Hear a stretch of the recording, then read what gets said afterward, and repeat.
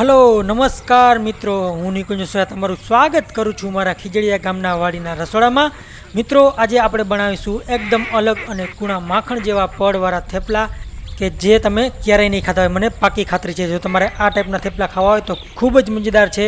તો એના માટે આપણે સૌપ્રથમ જે કરીશું એ હશે આપણી કૂણી અને તાજી લીલીછમ મેથી. મિત્રો, તમે જોઈ શકો છો કે મારી વાડીમાં મેથી અને મૂળા અને બીજી બધી શાકભાજી છે એ ખૂબ જ સારી રીતે ઊભી છે અને એનો ભરપૂર આપણે ઉપયોગ કરીશું દરેક ગુજરાતી રેસીપીમાં. અને હું દરેક ગુજરાતી રેસીપીને યોગ્ય બનાવવાની ટ્રાય કરીશ કે જે વર્ષોથી બનતી આવે છે ગામડાઓમાં. તો સૌપ્રથમ આપણે કૂણી તાજી લીલી છમ મેથી છે એ આપણા મેથીના થેપલા માટે લઈ લેશું. મેથી છે એનો ઉપયોગ આપણે થેપલામાં ભરપૂર કરી શકીએ છીએ. અને આ મેથી છે મિત્રો એ જરાય કડવી નથી, તમને કહી દઉં. અને જે ઉપરના ફૂમકા હોય એ બિલકુલ કડવા નથી, તમે એમના પણ ખાઈ શકો છો. અને વ્યવસ્થિત રીતે આપણે ધોઈ લેશું, ધોઈને નીતાળી લેશું. અને જ્યારે પાણી નીકળી જાય ત્યારે આપણે આને સમારવાનું ચાલુ કરીશું.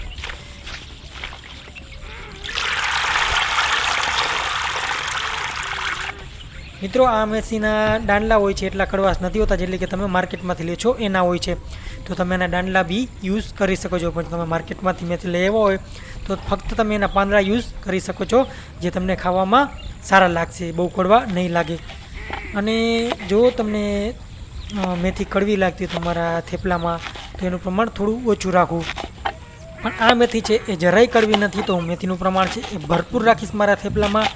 અને આ એક થેપલાને હું એક અલગ લેવલ આપીશ કે જેનો ટેસ્ટ છે, જેનું સ્વાદ છે, જેનો દેખાવ છે ખૂબ જ સરસ હશે, જેની બનાવટ છે એ બી અદ્ભુત હશે. તો તમારે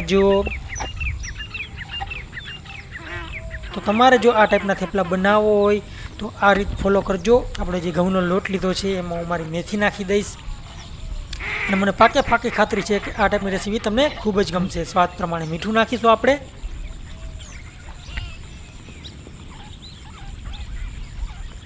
હવે થોડું આપણે તેલ નાખીશું આમાં. મિત્રો, તમે જોઈ શકો છો એકદમ સારી મેથી છે. હવે થોડું આપણે એને મિક્સ કરી લઈએ. અને હું આમાં ભરપૂર મેથીનો ઉપયોગ કરું છું. ખાસ કરીને થેપલા અને પરોઠા જે હોય છે એમાં ખાસ તો જે વસ્તુ હોય છે એ પકાવવાની વસ્તુ હોય છે. એ ખૂબ જ અગત્યનું હોય છે કે તમે કોઈ પણ વસ્તુને કેવી રીતે પકાવો છો. તો એના ઉપર એ બહુ વધુ ડિપેન્ડ કરે છે. જો તમે એને યોગ્ય રીતે ન પકાવો તો એ ટેસ્ટમાં એટલું બધું જોરદાર નથી હોતું. આપણે જરૂરિયાત પ્રમાણે પાણી નાખીને લોટને બાંધી લેશું.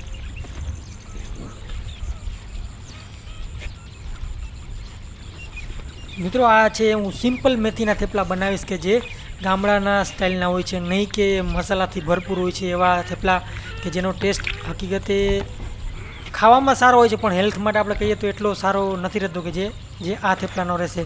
તો તમે જોઈ શકો છો મેં આમાં ખાલી અત્યારે મેથી જ નાખી છે અને મીઠું જ નાખ્યું છે અને થોડું એવું તેલ, એવું નહીં કે તેલ બી મેં એમાં વધારે નાખ્યું છે. પણ જે રીતે આપણે એને બનાવશું એ આની જે રીત હશે એ આ થેપલાને એક અલગ જ લેવલ આપશે અને એક અલગ જ ટેસ્ટ આપશે. અને તમને એના દેખાવ પરથી, એના કલર પરથી જ ખબર પડી જશે કે આનો ટેસ્ટ કેવો જોરદાર હોય છે. તમે જોઈ શકો છો આપણો લોટ ભેગો થઈ ગયો છે. તો હવે આપણે એને વ્યવસ્થિત રીતે મસળી લેશું. જે થેપલા અને ભાખરી અથવા તો રોટલીનો લોટ હોય છે અથવા તો પરોઠાનો લોટ હોય છે એને કસણવો ખૂબ જ જરૂરી હોય છે, જેથી એ સોફ્ટ બને અને સારી બને. જો તમે ત્યાં કચાશ રાખશો તો એટલી સારી નહીં બને કે જેટલી બનવી જોઈએ. તમે જોઈ શકો છો મારો લોટ કેવો છે. મેં આને થોડોક અલગ રીતે બાંધ્યો છે. નોર્મલી જે રીતે લેડીઝ બનાવતી એવી રીતે મેં નથી બનાવ્યો, પણ એક અલગ સ્ટાઇલમાં લોટ બનાવ્યો છે. અને હવે આપણે એમાં તેલ નાખીને થોડો હજી કસણી લેશું કે જેથી કરીને એ એકદમ મસ્ત પાલિશ લોટ બની જાય. અને આપણે જ્યારે એને વણશું ત્યારે એના ખૂબ જ સારા મેથીના થેપલા બને.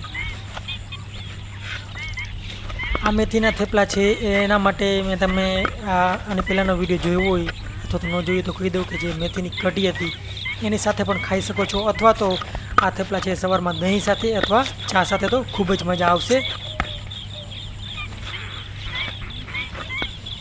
અને તમે શેકેલા જીરાવાળા દહીં સાથે ખાજો, ખૂબ જ મજા આવશે.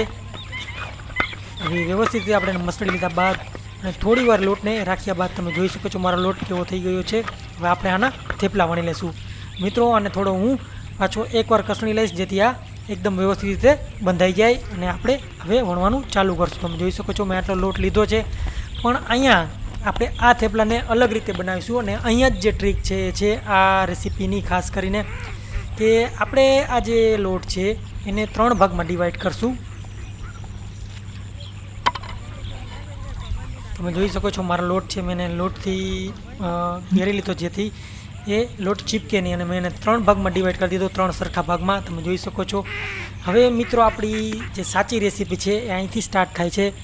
આ થેપલા તમે બનાવજો, મને યકીન છે, મને પાકો વિશ્વાસ છે કે તમને ખૂબ જ મજા આવશે. કારણ કે આની જે ક્રન્ચીનેસ અને સોફ્ટનેસ, આપણે જે ખસ્તા કહીએ ને ખસ્તા, એ ખૂબ જ સારા બનશે અને એકદમ મોઢામાં પીગળી જાય એ ટાઈપના આ થેપલા છે એ બનશે, જે તમને દહીં સાથે અથવા તો તમે એમનેમ બી ખાઈ શકશો, એ મને પૂરી ખાતરી છે.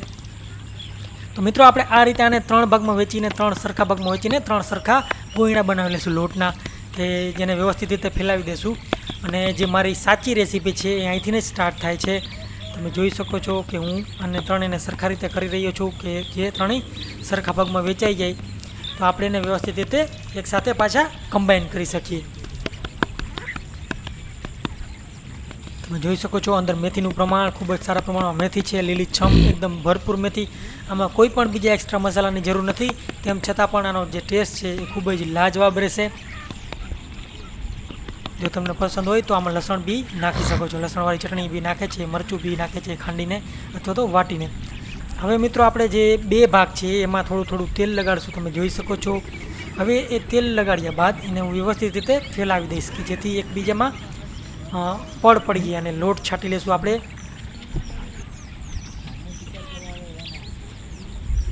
લોટ છાંટી લીધા બાદ તમે જોઈ શકો છો કે હું ત્રણેયને એકબીજા ઉપર રાખી દઈશ અને ઉપરથી પાછો થોડો લોટ છાંટીને હાથેથી દબાવી લઈશ જેથી એ થોડા ચોંટી જાય. હવે અહીંયા છે એ મારી ખાસ ટ્રીક એ છે કે આ જે 3 ભાગમાં આપણે ડિવાઈડ કર્યા એના પડ પડશે અને 3 ભાગને હજી હું ડબલ કરીશ, એટલે કે એ હવે 6 થઈ ગયા, 3 ઉપર 3 નીચે. હવે આપણે એને ઉપરથી આવી રીતે વાળી લેશું એટલે એમ કરીને આ 3ના ડબલ 6 ભાગ થઈ ગયા. તો તમે જોઈ શકો છો કે કેટલા પડ પડશે આમાં. હવે આવી રીતે આપણે એને એકદમ વારી, વ્યવસ્થિત ગોયણું વારી અને પાછું દબાવી અને આપણે વણવાનું ચાલુ કરશું. તો આ જ છે મારા આ થેપલાની ખાસિયત કે જે અલગ રીતે બનશે, અલગ ટેસ્ટ હશે અને જે ખાવાની મજા છે ખૂબ જ ભરપૂર ખારીની જેમ પડ પડશે. જે આપણે ખારી હોય છે ને એની જેમ જ પડ પડશે. અને આને જે પકાવવાની ટેકનિક છે એ પણ હું તમને આજે બતાડીશ કે એ ખાસ છે એ ટેકનિક બી, કે જેવી રીતે નોર્મલી આપણે ઘરમાં પકાવતા એવી રીતે નહીં, થોડા અલગ રીતે પકાવીશું કે જેથી કરીને આનો ટેસ્ટ છે એ ખૂબ જ અદ્ભુત આવે અને એકદમ ખૂબ ખસ્તા અને કડક બને અને ખાવામાં ખૂબ જ મજા આવે, ખાસ કરીને નાસ્તામાં. અને જો તમે આને લાંબા સમય સુધી બી રાખશો તો બી તમને ખાવામાં ખૂબ જ મજા આવશે. કારણ કે આ જે ટેકનિક છે તમે જોઈ શકો છો, મારું અત્યારે જે તાપ છે એ ખૂબ જ લો ટેમ્પરેચર છે, તો હું આને ધીમા તાપે, બિલકુલ હળવા તાપે પકવીશ અને આપણે એ બળવાનું ચાલુ થાય એ પહેલાં આપણે એને પલટતા રહેતું જેથી કરીને એ એક બાજુ બળી ન જાય. કારણ કે જ્યારે લોટ બળી ગયો મિત્રો ત્યારે કોઈ થેપલા હોય કે પરોઠા હોય એનો ટેસ્ટ પૂરો, હું એવું માનું છું. એટલે આપણે જ્યારે એમાં કોઈ બળે નહીં, એવો ડાઘ ના થાય ત્યારે જ આપણે એને પલટા રાખશું. બિલકુલ ધીમા તાપે હું આને પકવીશ. અને મિત્રો જે મારી તેલ નાખવાની ટેકનિક છે એ હું હંમેશા તેલ ઉપર નાખું છું, ના કે તવામાં તેલ નાખો તો ખૂબ જ એનો બગાડ થાય છે. તો તમારે એવું ના કરવું, તેલ એની ઉપર નાખવું અને ફરતી બાજુ વ્યવસ્થિત રીતે ચોપડી દેવું જેથી કરીને તેલનો બગાડ ન થાય. જો તમે એમ કરશો તો તમારું તેલનો બગાડ બી નહીં થાય અને વ્યવસ્થિત રીતે થેપલું થશે અથવા તો પરોઠું થશે. તો આને આપણે હવે પલટી દેશું. તમે જોઈ શકો છો કે એમાં ગુલાબી ડિઝાઇન છે કે ના તો એ બળેલા એવા નિશાન છે. જે ડિઝાઇન છે એ જ આનો સબૂત છે કે આ કેવી રીતે પાકી રહ્યા છે. આ થેપલાને કેટલી વ્યવસ્થિત હું પકવી રહ્યો છું. બિલકુલ ધીમા તાપે, હળવા તાપે આને પકવીશું આપણે જેથી કરીને એનો ટેસ્ટ છે એ ભરપૂર રહે. અને આપણે મિત્રોને તેલ ફેલાવીશું અને તવા ઉપર નહીં નાખીએ અને હળવે ફેરવીને આપણે આને પકાવી લઈશું. તમે જોઈ શકો છો આપણું થેપલું તૈયાર છે. આ થેપલું છે એ ખૂબ જ સારી રીતે પાકેલું છે અને પકાવવામાં ખૂબ જ વાર લાગી છે.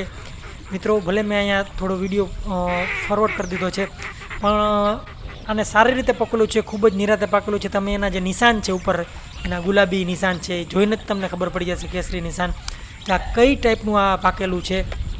હવે હું તમને નજીકથી બી થોડો સીન બતાડીશ જેથી તમને માલુમ પડે કે આની જે પકાવટ છે, આની જે બનાવટ છે એ કેટલી અદ્ભુત છે.